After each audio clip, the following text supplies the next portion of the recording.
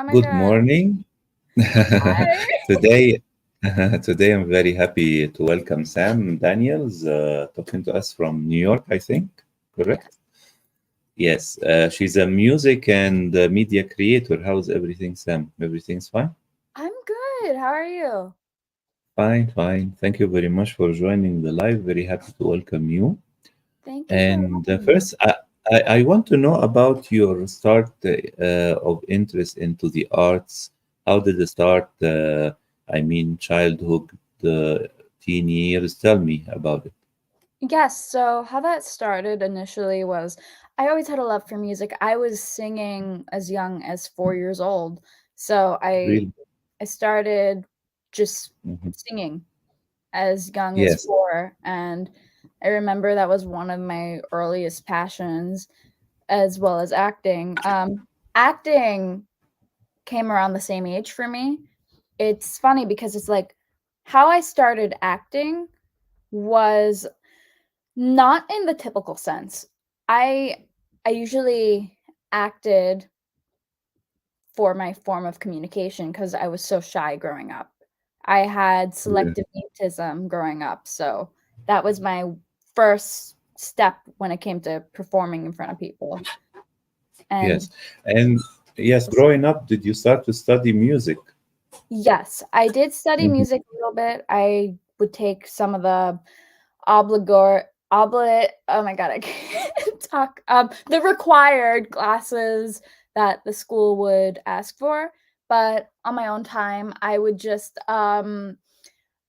also just look into doing music lessons. So I did have that fortunate I had that fortunate, like, education growing up with that, and then as I got older beyond childhood, I, um I would look at different music techniques. I would look into the process of audio recording, and that's kinda what led me to just songwriting and making music in the first place as well. I mean, I always loved singing. I always looked at people like Leona Lewis.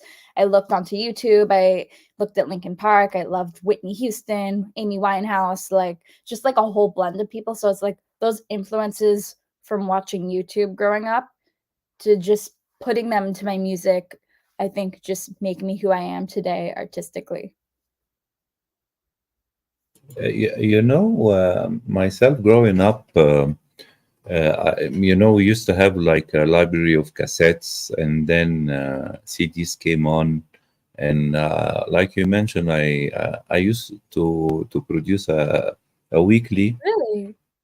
music show for the Egyptian television. Uh, as- and we used to have like live, and we put the clip, and the presenter used to talk to people to take the requests. We used to have Mhm. program also on the FM on the radio called At Your Request. Yeah, We used to have like an English and French and Spanish services in Egypt, and wonderful. we were exposed to all kind of music, like you mentioned. Mhm. And I couldn't bring my albums here or my films from Egypt, but everything right now online, Yeah, and I listen to YouTube Music, Spotify to find the music I remember from 80s, 90s, the groups and singers I used to love, you oh, know. absolutely. That's how I Yeah, was able yeah, to find music in the first place. YouTube was that yeah, first, like, it felt yes, like its yes. own DJ in a sense, and that's what exposed me to all the different music senses. I don't think I would be who I am artistically without YouTube. Yeah, yeah. This is about absorbing, and Yeah, growing your music culture. absolutely. Lyrics wise and music wise and composition, use of instruments, etc. But I want to tell you yourself as a creator right now. How do you promote your own production right now? So, a big component for me is social media.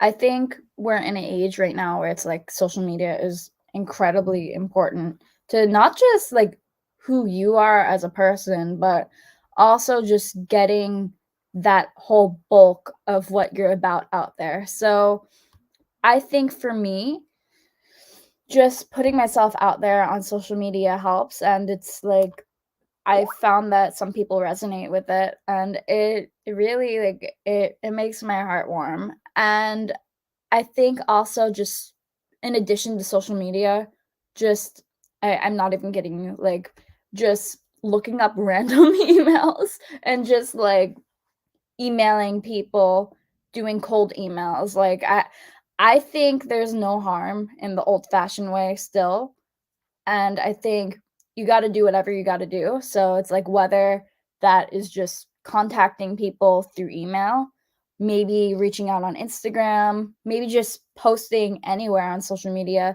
This is the digital age. You gotta do what you gotta do, and yeah, I stick by that.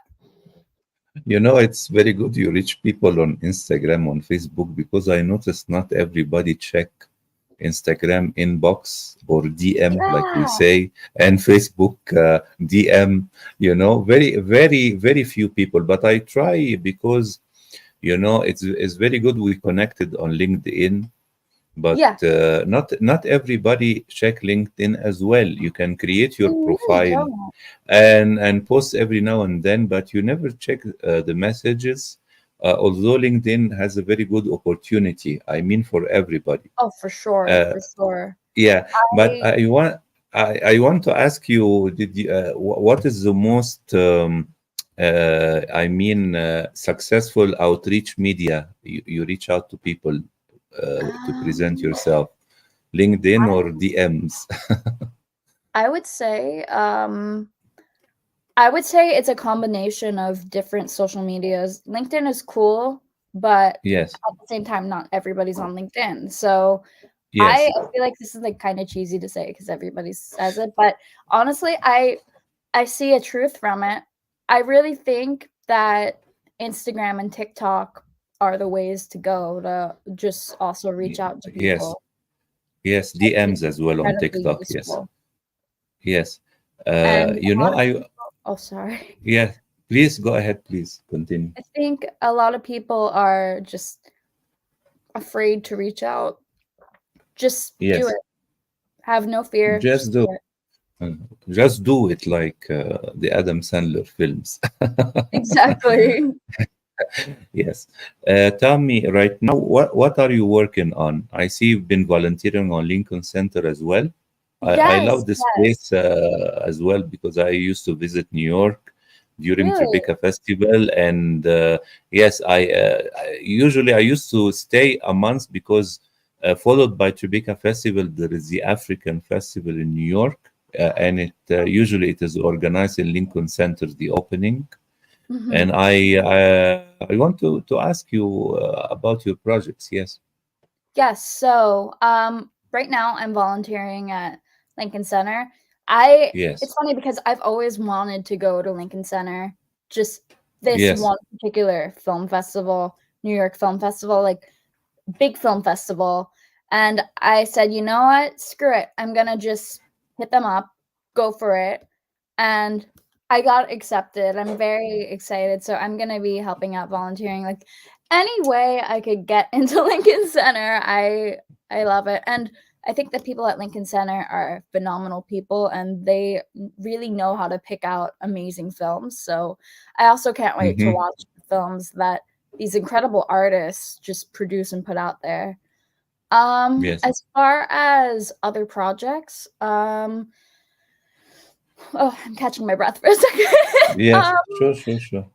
okay, so I'm currently working on an EP with a music producer, Brendan Morosky. He goes by the artist name High Octane as well. Very, very, very talented guy. I've been working on music with him for a couple years now.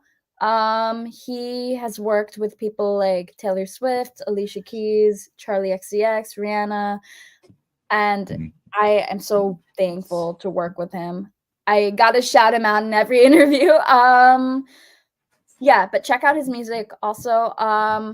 Yeah, so I'm working on an EP. I'm thinking of calling it Butterfly right now. because it's gonna be just about, like, transformation and just transforming myself. I wanna say I'm, like, halfway done with making the EP right now, so I'm thrilled about that. Another project I'm doing is I'm editing my first short film that I am going to be directing, and I have the famous Lloyd Kaufman in that. Lloyd did Toxic Avenger. Toxic Avenger recently just got slated for a remake Of with course, this studio. Yeah, trauma Trauma. production. Yes, you I know, they were very popular in the 80s, especially in the VHS era. oh, We used to have a lot absolutely. of their horror films. And still now, I wrote a review about the film they're still producing, which is very good. Mhm. But your film is a genre film, is a horror sci-fi films like they used to My produce film? as well? Hmm. So, even though I come from Trauma, Trauma is a great foundation. It's been a great foundation for me. I am not doing something in the trauma genre like typically. I'm leaning more so towards drama. Like I want intensity. I when I make my films, I want there to be intensity. I want there to just I feel very passionate for something like angsty, angry, just raw emotions. And I just want to really indicate that type of drama, coming of age stuff in my films going forward. And it's just been an incredible experience learning from Trauma the ropes, and just even as an actress over the years, like since I was a teen, just looking at how these all these incredible directors, how they just go about making their films. I think it's just an amazing opportunity that I was able to observe them. So going forward, I'm just taking the elements I like and just putting that into my own. Great. I want to ask you, because you work on film and music, Mhm.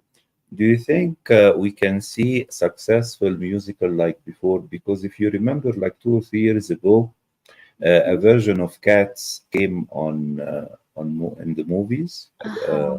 a film adaptation, and I remember I bought the DVD or Blu-ray of Cats to see it Mhm. because I couldn't see it in New York. When I was in New York, I went to Phantom of the Opera, and there was a Spider-Man musical produced by Bono.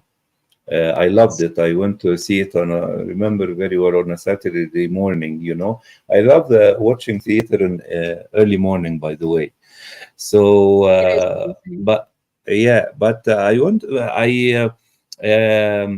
was surprised that Cats got very bad reviews from the critics. Mm. Although I think it was very well made. Very well. Honest to the original version on Broadway. Yes. Also, I love the music and the makeup, of course. Of course. The music. And the artists involved. There were a lot of big names involved in the production.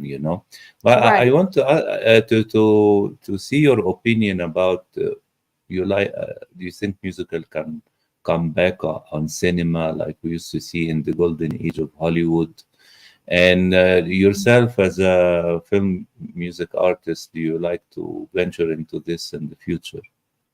Okay, so the thing is, I do think that there is a future for musicals. I know the musical landscape into film is a little iffy, but I think depending on the context of what it is and the plot, I feel like going forward, that can make a lot of sense. Like, if you look at The Sound of Music, The Sound of Music is a timeless classic, and it it came out to be a legendary film just as a film. So, I think depending on the plot, it can be good. I think the problem Cats had was it really just focused way too much on the fantasy aspect. I think the choreography, I think the direction is great, but it's like when people see something that's normally for fantasy in the theater world, there's a very risky take of putting it onto Broadway. well, not from Broadway, but from Broadway into film. But Yes.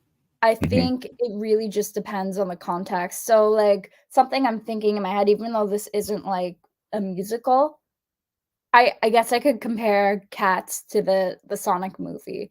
People I notice people get like a little iffy when it comes to the graphics, especially in the fantasy thing. So I think depending on what the graphics are and depending on how the makeup is done, like people don't necessarily want to be creeped out, but I think it just really depends on the direction of how they make the appearances. Because I noticed, like, I remember when it came out and what I saw from these two movies, people were flat out attacking the appearance. They were like, "Oh, this is so creepy. This is so creepy." And it's like they couldn't get to the plot because they were so focused on appearance. So for me, in my eyes, I think it comes down to what's the plot point, but also what's the appearance if you're gonna do anything fantasy. Like a musical movie that was a hit, Les Mis. Les Mis ended up getting an Oscar, I believe, 10 years ago, and that started out on Broadway as well. So I think it just really depends, if that makes sense. Sam, I want to thank you very much for this great live interview. I Thank wish you you. all the best in your upcoming projects, your EP, your short films. Don't forget to send me a rough cut to review it Yes. when you finalize it for sure. And I look forward for your new projects and launches and to welcome you again on the channel. Thank you for having me. This is a great channel and you put out great stuff. And thank you again. Thank Thank you you. so much. Thank you. Have a lovely day, and I wish you all the best as well. Thank you. You too. Bye. Bye. Thank you.